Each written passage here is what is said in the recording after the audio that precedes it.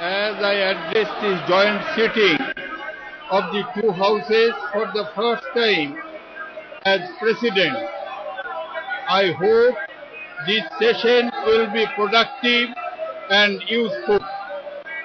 As I speak to you, I am aware that an aspirational India is emerging, an India that demands more opportunities, greater choices, better infrastructure, and enhanced safety and security. Our youth, our greatest national asset, are a confident and courageous lot. I have no doubt that their passion, energy, and enterprise will take India to new. We are also burdened by gathering anxiety about economic slowdown, job security, and employment prospects. People are concerned about the security of our women and children. They are also anxious about timely delivery of their entitlements and about persisting social and economic inequality. The past year has been a very difficult one for the global economy. Europe is in recession. Most emerging markets are growing very slowly. It has been a difficult year for India also. Both global and domestic factors have affected our growth. We need to address the impact of both. My government has responded to the situation by taking several measures to revive investment activity and investor sentiment.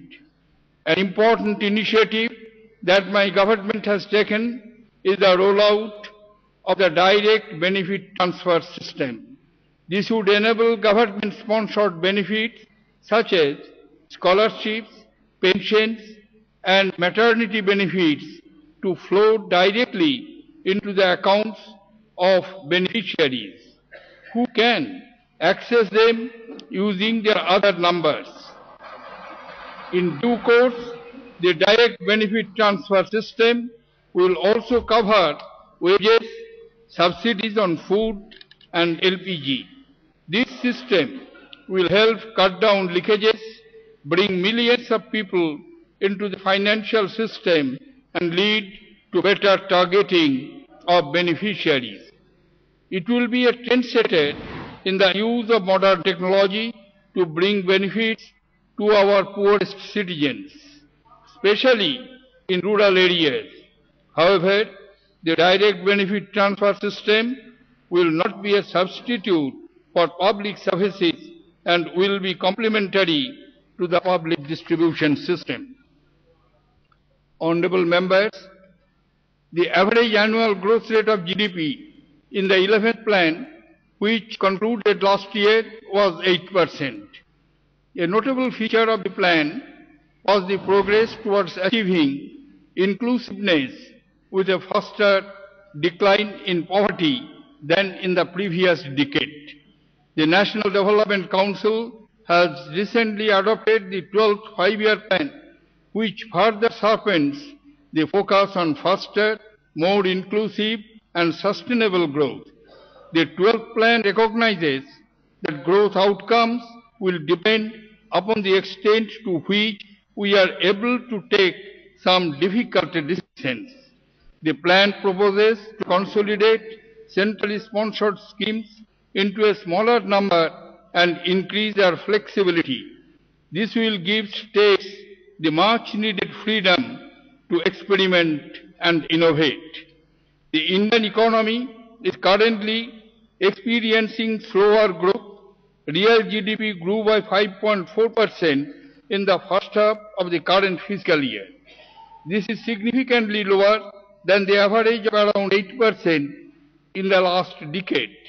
Our slower growth is the consequence of a combination of global and domestic factors. My government is taking steps to deal with the factors responsible for the slowdown. Inflation is easing gradually, but is still a problem. In recent months, there have been positive developments too. There has been a moderation in core inflation and recovery in growth is likely. Policy measures announced during the year have also restored optimism at home and abroad. My government has announced a roadmap for fiscal consolidation by containing the current year's fiscal deficit at 5.3% of the GDP. The government is also working with state governments to reach a consensus on the goods and service tax. Honourable members, there is reason for cheer on the agricultural front. The growth in agriculture and allied sectors during the 11th plan was 3.7% compared to 2.4% in the 10th plan. I am proud to mention that the relentless efforts of farmers, coupled with the conducive policies of the government, have resulted in record food grain production for 2 consecutive years, with last year achieving a peak of 260 million tons. This year, despite erratic and deficient rainfall, it is projected that we will produce more than 250 million tons of food grains. Our food grain position is therefore comfortable. The total stock of food grains with the public sector agencies was 662 lakh tons on 1st of February 2013, including 307 lakh tons of wheat and over 353 lakh tons of rice. My government is committed to enacting the National Food Security Bill, having received the recommendations of the Standing Committee.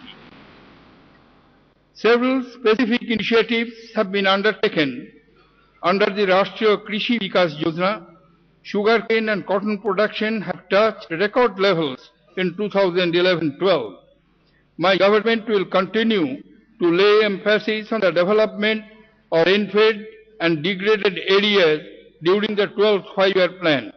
An outlay of rupees 29,296 crore has been earmarked under the Integrated Watershed Management Program during the plan period. Horticulture production reached an all-time high of 251 million tons during 2011-12.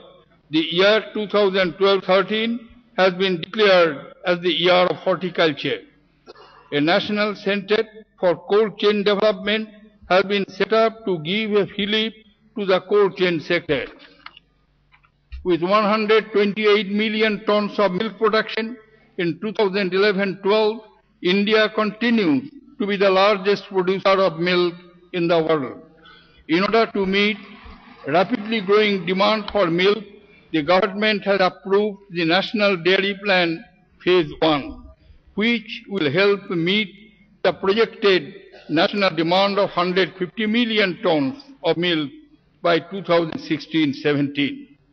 To give a further boost to food processing, my government has launched the National Mission on Food Processing. Construction of godowns is being promoted under public-private partnership mode. Storage capacity of about 181 lakh tons will be created over the next 2 years across the country, with additional storage space of 5.4 lakh tons in the northeast.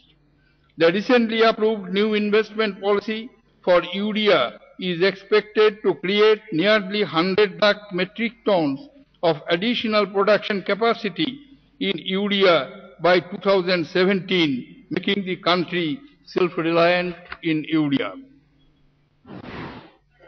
Around 34 lakh hectares of irrigation potential was created under the Accelerated Irrigation Benefit Program during the 11th plan. During the 12th plan, an additional 87 lakh hectares of irrigation potential is planned to be created under the program. The new National Water Policy, adopted recently by the National Water Resource Council, emphasizes efficient use of water and the need to align planning for water resources with the challenge of climate change, equity, social justice, and sustainability. Honorable members, the Mahatma Gandhi National Rural Employment Guarantee Scheme continues to break new grounds in my government's efforts to provide work to those who seek employment during times of hardship. Around 5 crore households were provided employment under the scheme in 2011-12. In order to make available improved housing of the rural poor, the government has substantially enhanced the assistance under Indira Awas Yojana by increasing it from Rs 45,000 to Rs 70,000 per unit in plain areas, and from 48,500 to 75,000 per unit in hilly and difficult areas, including left-wing extremism affected areas. My government has recently introduced important official amendments to the Land Acquisition, Rehabilitation and Resettlement Bill. I am confident that the law will be enacted. The next phase of the Jawaharlal Nehru Urban Renewal Mission is being finalized. Meanwhile, the tenure of the current mission has been extended until March 2014 for completion of ongoing projects and for sanction of new projects so as to maintain the momentum of the development of urban infrastructure. In order to give a push to the capacity building efforts of urban local bodies, the government has decided to create a separate fund of Rs 1,000 crore. My government proposes to extend the Rajiv Awas Yojana to all small and medium towns with a target of 1 million houses in the 12th plan. My government is giving priority to addressing the problems of contamination of sources of drinking water. During 2012-13, 5% of the National Rural Drinking Water Program Fund has been earmarked for allocation to states facing the problem. A rural water supply and sanitation project for low-income states estimated at nearly Rs 5,000 crore is being developed with the help of the World Bank to assist states that are lagging behind in the coverage of piped water supply. Recognizing its crucial role in reducing the burden of disease, my government has accorded increased priority to rural sanitation. The total sanitation campaign has been modified in the form of Nirmal Bharat Abhiyan with the goal of providing access to sanitation for all rural households by the year 2022. My government has recently increased the pension for widows and disabled beneficiaries under the Indira Gandhi National Widow Pension Scheme and Indira Gandhi National Disability Pension Scheme from Rs 200 to 300 per month. On attaining the age of 80 years, beneficiaries of both these schemes now migrate to Indira Gandhi National Old Age Pension Scheme, where they get a pension of Rs 500 per month. With a view to recognizing the contribution of street vendors and ensuring uniformity in the legal framework for street vending across states, the Street Vendors Protection of Livelihood and Regulation of the Street Vending Bill 2012 has been introduced in Parliament. Under the Scheduled Tribes and Other Traditional Forest Dwellers Recognition of Forest Rights Act 2006, more than 32 lakh claims have been filed and nearly 13 lakh titles have been distributed. To ensure the educational empowerment of minority communities, my government is implementing 3 scholarship schemes with 30% of the funds in each scheme earmarked for girl students. An amount of over 880 crores of rupees has been disbursed as scholarships to more than 55 lakh students till 31st December in 2012-13. To encourage students belonging to minority communities to take up higher study, an amount of rupees 66 crore has been released under the Maulana Azad National Fellow Scheme. The Waqf Act is being amended and Waqf Development Corporation will be set up for development and protection of Waqf properties. Under Prime Minister's new 15-point program, the effort is to ensure 15% of the targets and outlays of the identified schemes benefit the minority communities. For financial inclusions, the flow of priority sector credit to minorities at the national level during 2012-13 reached 1,71,960 crores of rupees as on 30th September 2012, which was more than 15% of the total priority sector's lending. As promised by my predecessor last year, a new bill for the elimination of the manual scavenging and rehabilitation of the mutual scavengers was introduced in the Lok Sabha in September 2012. A centrally sponsored scholarship scheme has been introduced for the scheduled caste students studying in class 9 and 10. It is expected to benefit about 40 lakh students. My government has created a separate Department of Disability Affairs. The government recently launched the Rajiv Gandhi National Fellowship for students with disabilities to enable them to pursue higher education.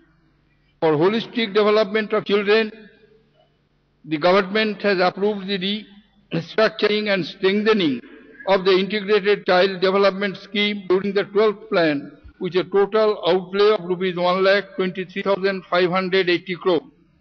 My government has enacted a path-breaking legislation, the Protection of Children from Sexual Offences Act, which provides for stringent punishment for persons who commit or abet such offences. Honourable members, for ensuring a safe and secure environment for women in workplaces, the government introduced the Sexual Harassment of Women at Workplace Prevention, Prohibition and Redressal Bill 2012 in Parliament. The bill has been passed by the Lok Sabha. My government is deeply concerned about the incidence of the sexual offences against women. After considering the recommendations of the Justice J.S. Verma Committee, the government has promulgated an ordinance amending the criminal law to provide for stringent punishment for heinous sexual offences against women. The government has also begun to implement a series of administrative measures to improve the safety and security of women in the country. The National Mission for Empowerment of Women will implement a pilot project in public hospitals in 100 districts called One-Stop Crisis Center, a specialized facility for providing all necessary services for women subject to violence. Honourable members, the midday meal program today covers around 11 crore children in over 12 lakh schools. Several new initiatives have been taken by the government to make it more effective.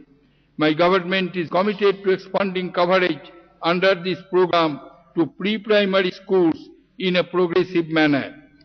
My government is considering a strategic shift in central funding to states for higher education through a new program called the Rashtriya Uchchara Shiksha Abhiyan. This program will encourage states to develop comprehensive higher education plans in an integrated manner to address the issues of expansion, equity and excellence.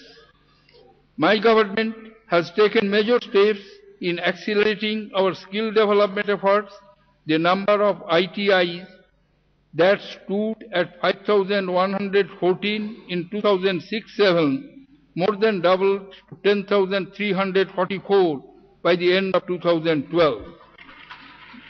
Honourable members, in January 2013, we completed 2 years without detection of even a single case of wild polio virus. This is the longest polio-free period in the country ever since eradication efforts were launched.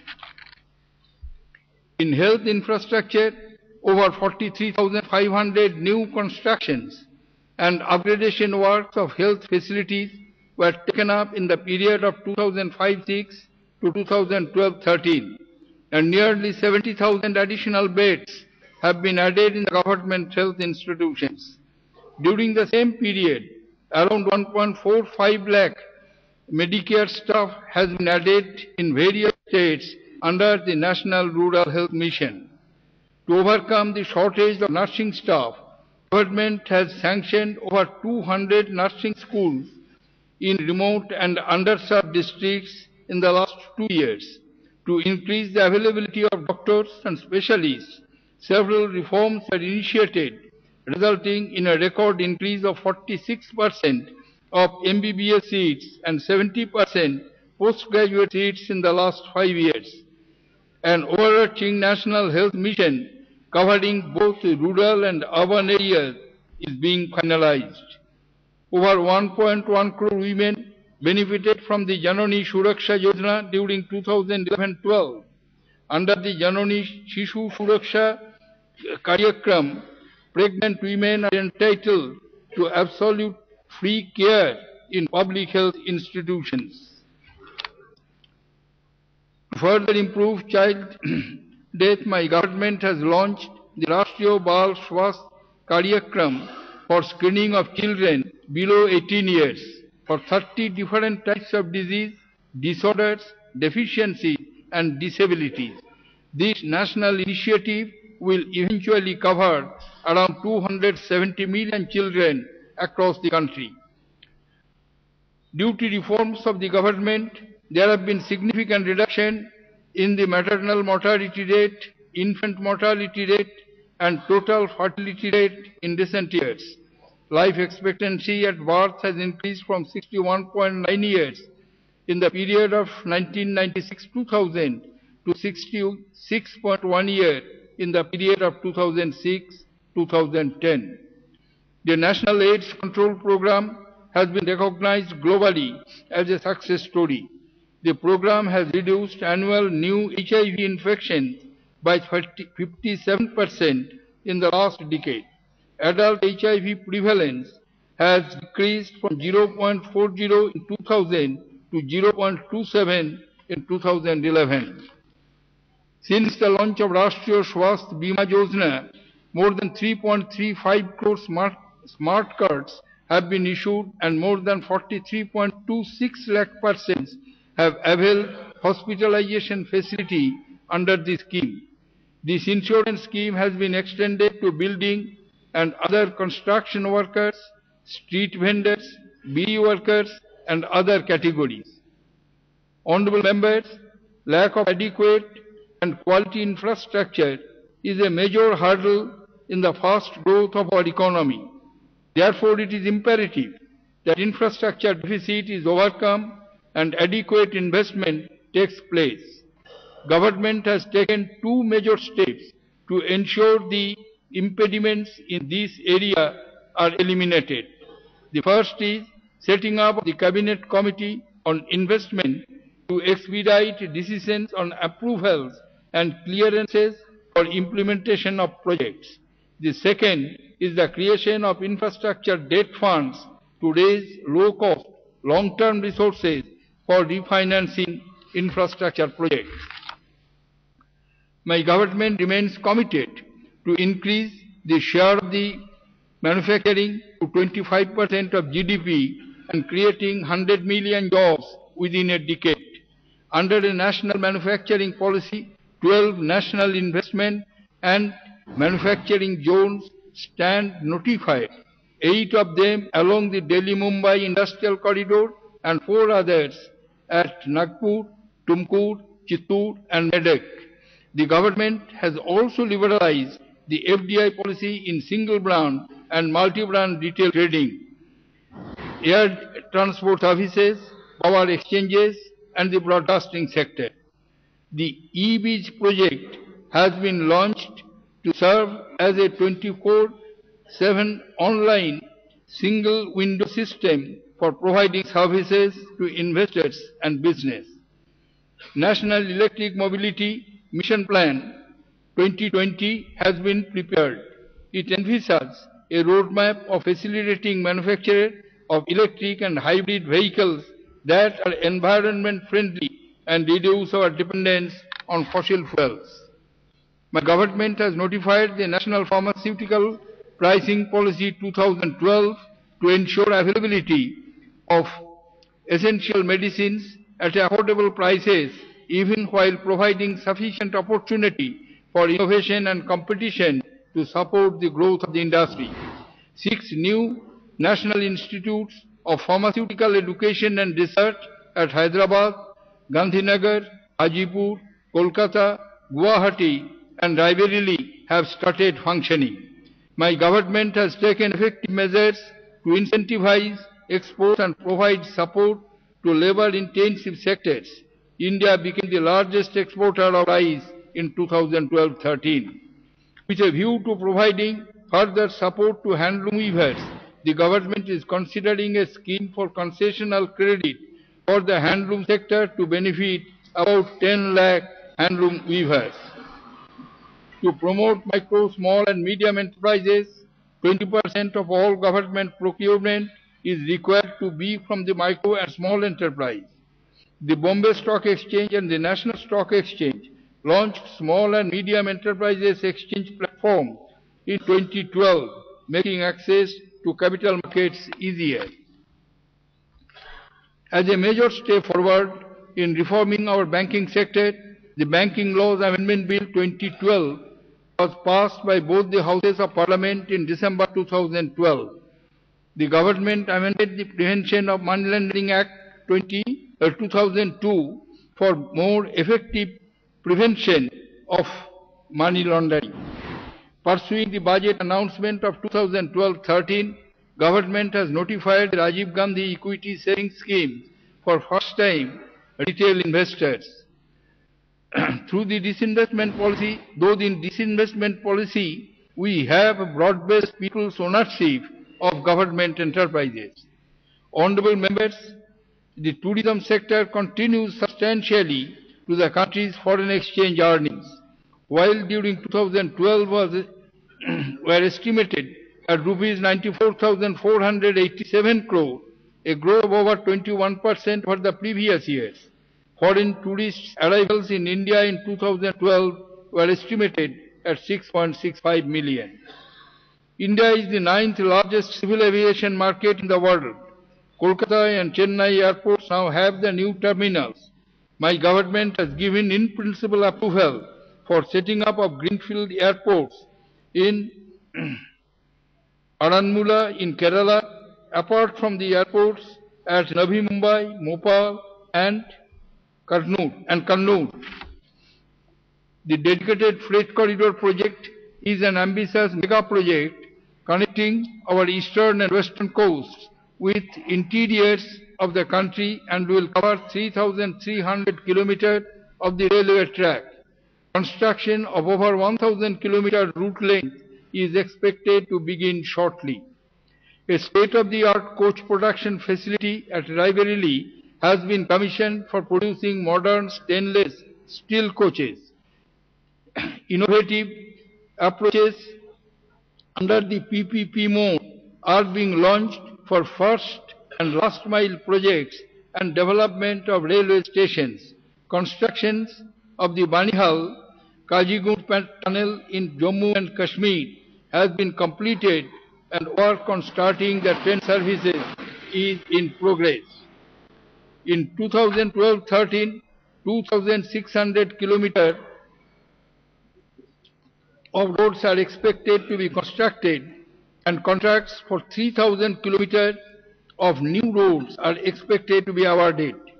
A new approach to road constructions, the EPC mode, has been put in place. This will ensure significant cost and time savings compared to the traditional contracting methods.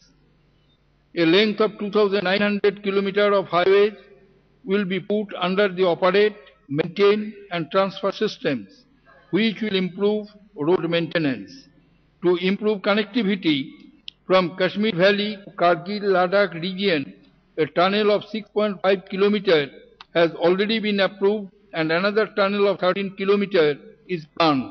This would ensure all-weather connectivity. In 2012-13, 42 PPP port projects have been targeted for award, involving an additional capacity of 251 million tons per annum, with an investment of rupees 14,770 crores in 2012-13. The government proposes to establish two new major ports, one at Sagar Island in West Bengal and the other in Andhra Pradesh, with a total additional capacity of around 100 million tons per annum. A number of steps such as technology development and modernization and development of the new coal blocks by engaging mine developer and operator have taken to improve the productivity of the Coal India Limited. After resolving the pending issues, 46 fuel supply agreements were signed by CIL with power utilities. Following the notification of the new auction by competitive bidding rules, my government is in the process of allocation of 17 coal blocks to government companies as a first stop. My government has taken important steps to harness our mineral resources. Geological Survey of India has planned to complete the geophysical and geochemical mapping of highly promising 5.71 lakh square kilometer during the 12th plan. For developing deep sea mineral exploration capability, an ocean-going research vessel is likely to be commissioned in 2013.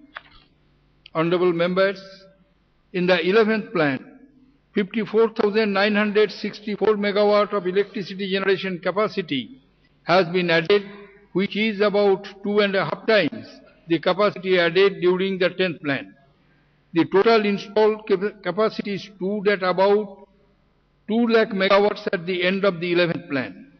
To meet the projected demand at the end of the 12th plan, the targeted capacity addition in the plan is 88,537 megawatts.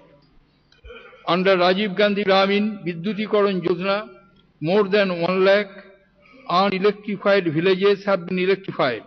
Nearly 2,85,000 villages have been intensively electrified and free electricity connections given to more than 2 crore BPL households. A scheme for financial restructuring of the state-owned distribution companies has been notified by the Government of India to enable the turnaround and long-term viability.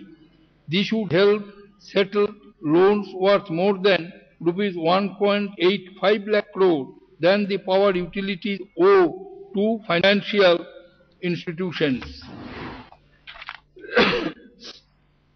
Through suitable policy interventions, my government is targeting significant reduction of our dependence on imported oil and gas, which is presently more than 75% of our requirement. Renewable energy has to play an expanding role in achieving energy security in the years ahead. The country has an installed capacity of over 26,400 megawatts from various renewable energy sources, which is over 12% of the country's total power generation capacity. My government's reform measures and proactive policies, as well as active participation by the private sector, have resulted in an unprecedented growth of the telecom sector. With more than 935 million telephone connections, the Indian telecom network is the second largest in the world. Teledensity was 76.75% in October 2012, with rural teledensity crossing 40%.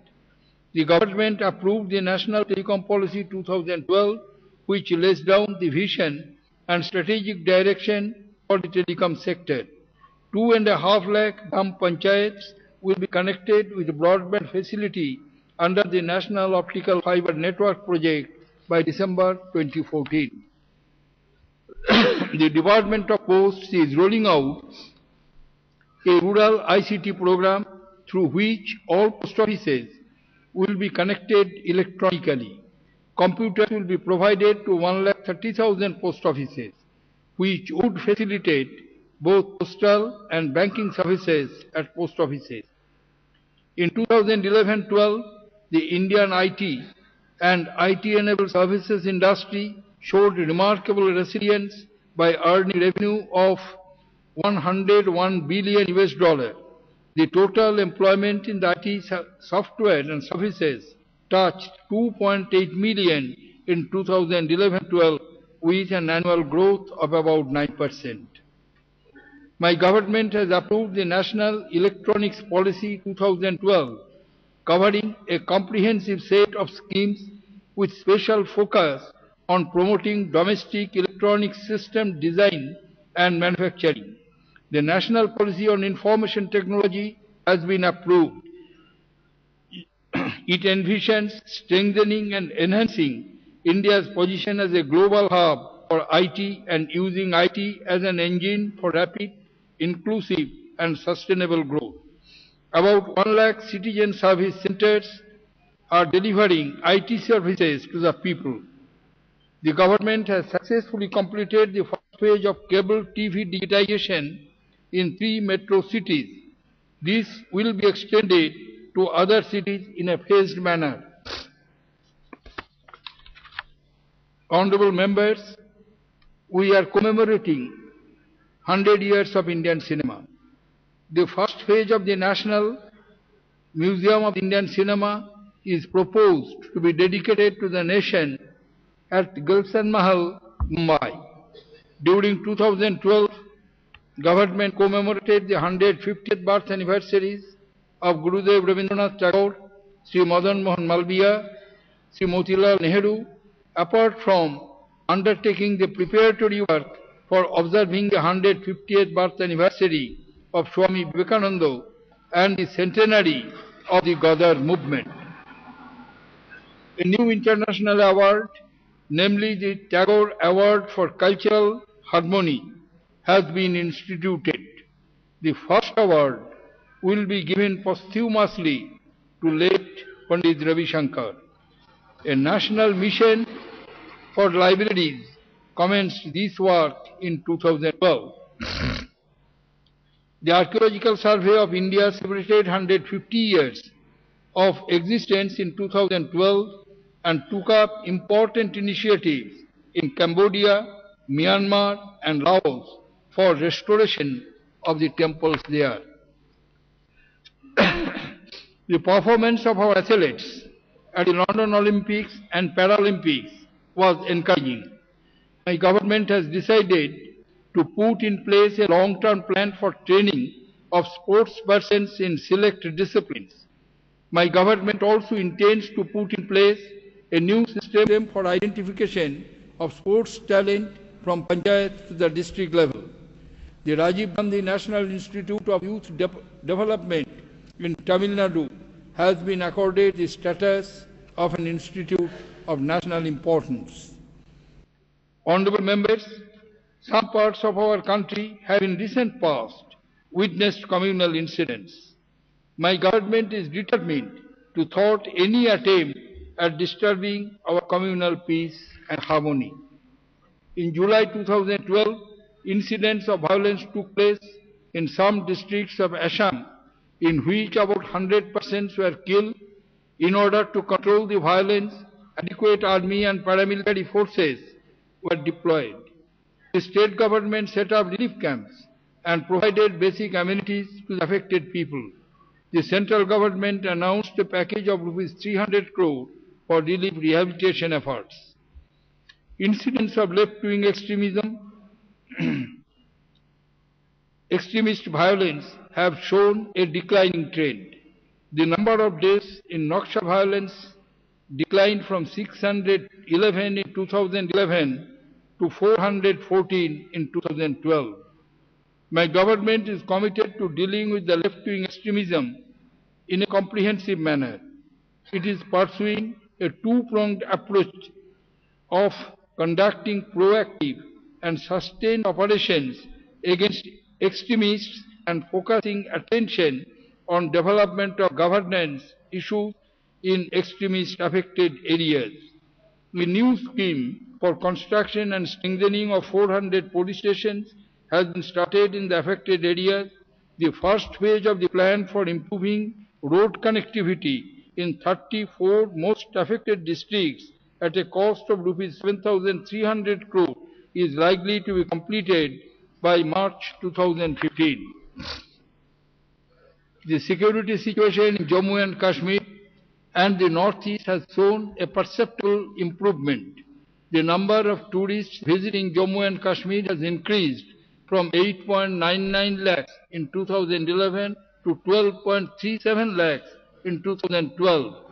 Compared with 2011, the number of fatalities in the incidents of terrorist violence in 2012 declined by nearly half. Under the placement-linked scheme named UDAN, proposals of corporate houses to train nearly 25,000 youth from Jammu and Kashmir have already been approved. Under another placement-linked skill development initiative called the Himayat, more than 1,650 youth from the state has been trained, of which over 650 have been employed. My government has accorded high priority to border management. In addition to the work of the border fencing, roads and floodlighting along the borders with Bangladesh, Pakistan and Myanmar, government has decided to undertake the constructions of 509 additional border outposts along the Indo-Bangladesh and Indo-Pakistan border. The integrated check post at Atadi was operationalized in April 2012. In pursuance of the tripartite agreement, an autonomous body called the Gorkhaland Territorial Administration has been formed in August 2012 for the Darjeeling Hill areas. My government will provide the GTA financial assistance of rupees 200 crore per annum for 3 years for development of socio-economic infrastructure. This will be over and above the normal plan assistance to the state of West Bengal. Honorable members, my government remains committed to ushering in reforms for greater transparency, probity, integrity and accountability in governance. To this end, my government attaches priority to the enactment of the legislations proposed in the Whistleblowers Protection Bill, the Prevention of Bribery and Foreign Public Officials and Officials of Public International Organizations Bill, Citizens' Right to Grievance Redress Bill, and the Lokpal and Lokaयुkt Bill, which already stand introduced in the Parliament.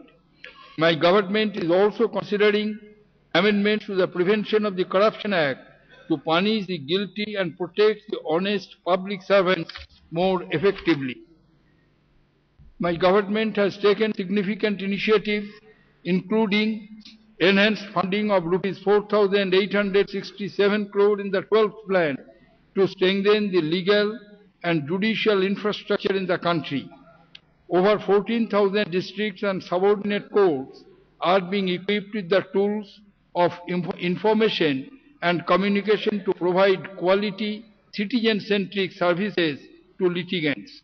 As one of the foremost priority, government will endeavor to establish Gram Nyayalayas for ensuring affordable and expeditious justice to the common man. My government proposes to introduce the Judicial Standards and Accountability Bill in the session as a significant initiative towards judicial reforms. Honorable members, the people of India are grateful to our armed forces for their exemplary professionalism, commitment and bravery in defending our nation. The country is united in paying tribute to our soldiers who have made the supreme sacrifice by laying down their lives for the country. Our armed forces are fully prepared to defend the country against any threat. My government will continue to take all necessary steps to modernize and equip our armed forces, bolster defense infrastructure, especially in the border areas, encourage indigenous defense research and development, and expand domestic production of the defense equipment. The continuing progress in our missile program has strengthened our deterrence capability. Coastal security has also been further strengthened. My government attaches the highest importance to the welfare of servicemen and ex-servicemen. Significant steps have been taken to enhance the pay and pension of serving and retired services personnel and to remove disparities. This will benefit over 13 lakh personnel. My government's foreign policy continues to be driven by the objectives of creating an enabling environment for our national development, ensuring the security of the nation, and fulfilling our international responsibilities. We continue to seek peace, stability, and cooperation and economic development in the subcontinent. We attach the highest priority to relations with our immediate neighbors. With Pakistan, we have made progress towards normalization of relations, strengthening mechanisms for bilateral trade, and facilitating greater people-to-people contact. While we remain committed to taking the process forward, it is also important that Pakistan abides by its commitment and desists from acts that contribute to a trust deficit. As Afghanistan prepares for the political and security transition in 2014 and beyond, we will continue to help Afghanistan evolve peacefully and fight terrorism and extremism. My government proposes to introduce a constitutional amendment bill in Parliament to give effect to the provisions of the Land Boundary Agreement with Bangladesh and its 2011 protocol, which will strengthen border management and our security. We are making progress in our engagement with Sri Lanka, including in our efforts to resettle and rehabilitate the internally displaced persons there and to ensure a life of peace, dignity, and equality for the Tamil people. In West Asia and North Africa, my government supports efforts to promote peaceful settlement of conflicts and resolution of disputes in a manner that accommodates the democratic aspirations of the people. We are also mindful of the fact that the Gulf region is home to nearly 6 million Indians who live and work there, and that we depend on the region for the bulk of our energy requirements. We have further enhanced our political engagement with the economic assistance to countries of Africa. At the Asean-India Commemorative Summit in New Delhi in December 2012, which marked the 10th anniversary of the annual ASEAN-Indian Summits, we elevated our relationships with ASEAN to a strategic partnership and concluded negotiations of an ASEAN-Indian free trade agreement on services and investment. My government intends to work with the new Chinese leadership to reinforce the positive direction of our relationship. Our multifaceted relationship with Japan, which is also a major partner in our infrastructure development efforts, is making good progress. The privileged and strategic partnership we have built up with Russia received a further boost during the visit of President Vladimir Putin in December 2012. The strategic partnership with the United States has deepened with progress across all areas of our relationship, and we look forward to intensifying this engagement during the second term of President Obama. India's traditionally strong relations with Europe will continue to develop. The visit of President Francois Hollande at Delhi in February 2013, his first Asian destination as President, will further strengthen our friendship and broad-based strategic cooperation with France. As a non-permanent member of the United Nations Security Council during the last 2 years, India played an important role in the Council's efforts to promote international peace and security. We intensified efforts to generate momentum for early reforms of the United Nations Security Council. We are also seeking concerted international action against piracy. In addition, a piracy bill was introduced in the Parliament last year for prosecution in India of persons committing piracy. India also remained constructively engaged in global multilateral diplomacy.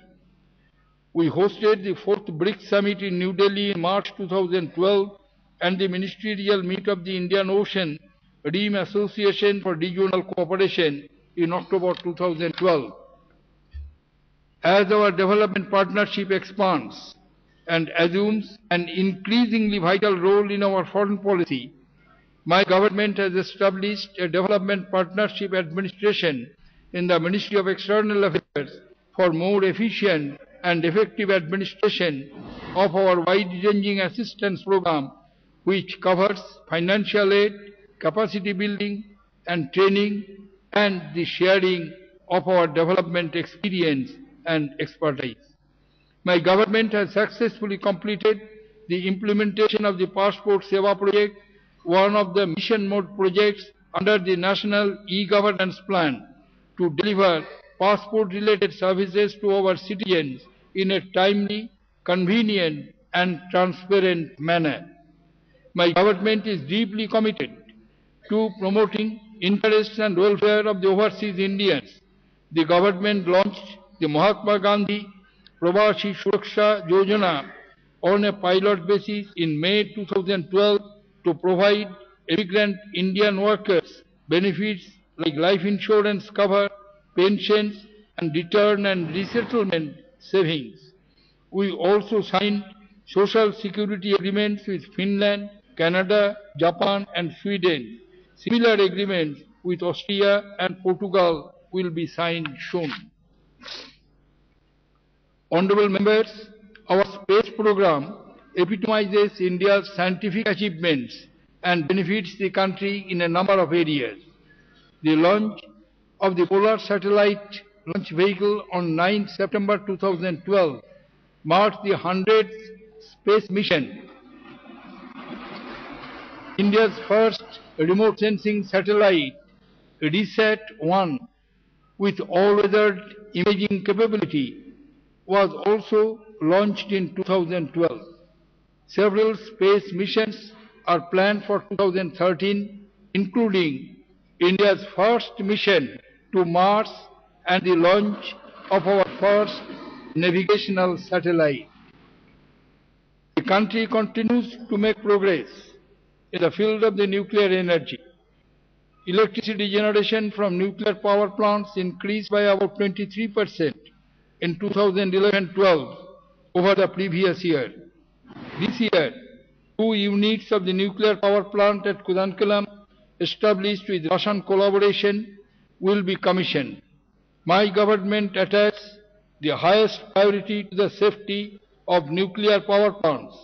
A bill to set up a nuclear safety regulatory authority has been introduced in Parliament.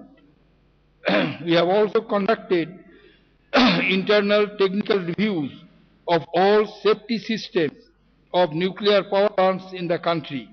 In addition, we are working with the International Atomic Energy Agency on all nuclear safety issues. The government has unveiled the Science, Technology and Innovation Policy 2013 to accelerate the pace of discovery, diffusion and delivery of science-led solutions for faster, sustainable and inclusive growth.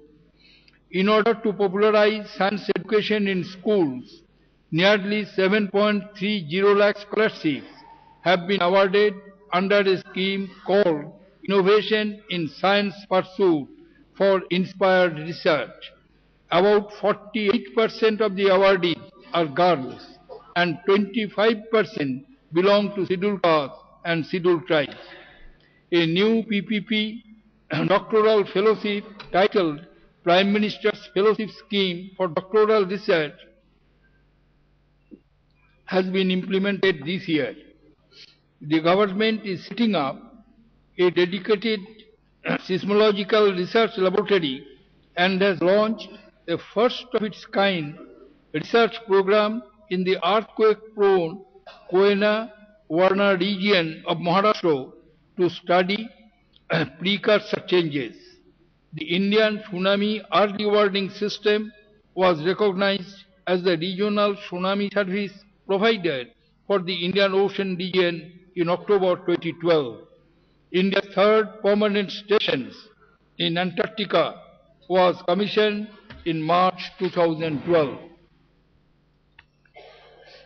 India successfully hosted the 11th Conference of the Parties to the Convention of Biological Diversity in Hyderabad in October 2012.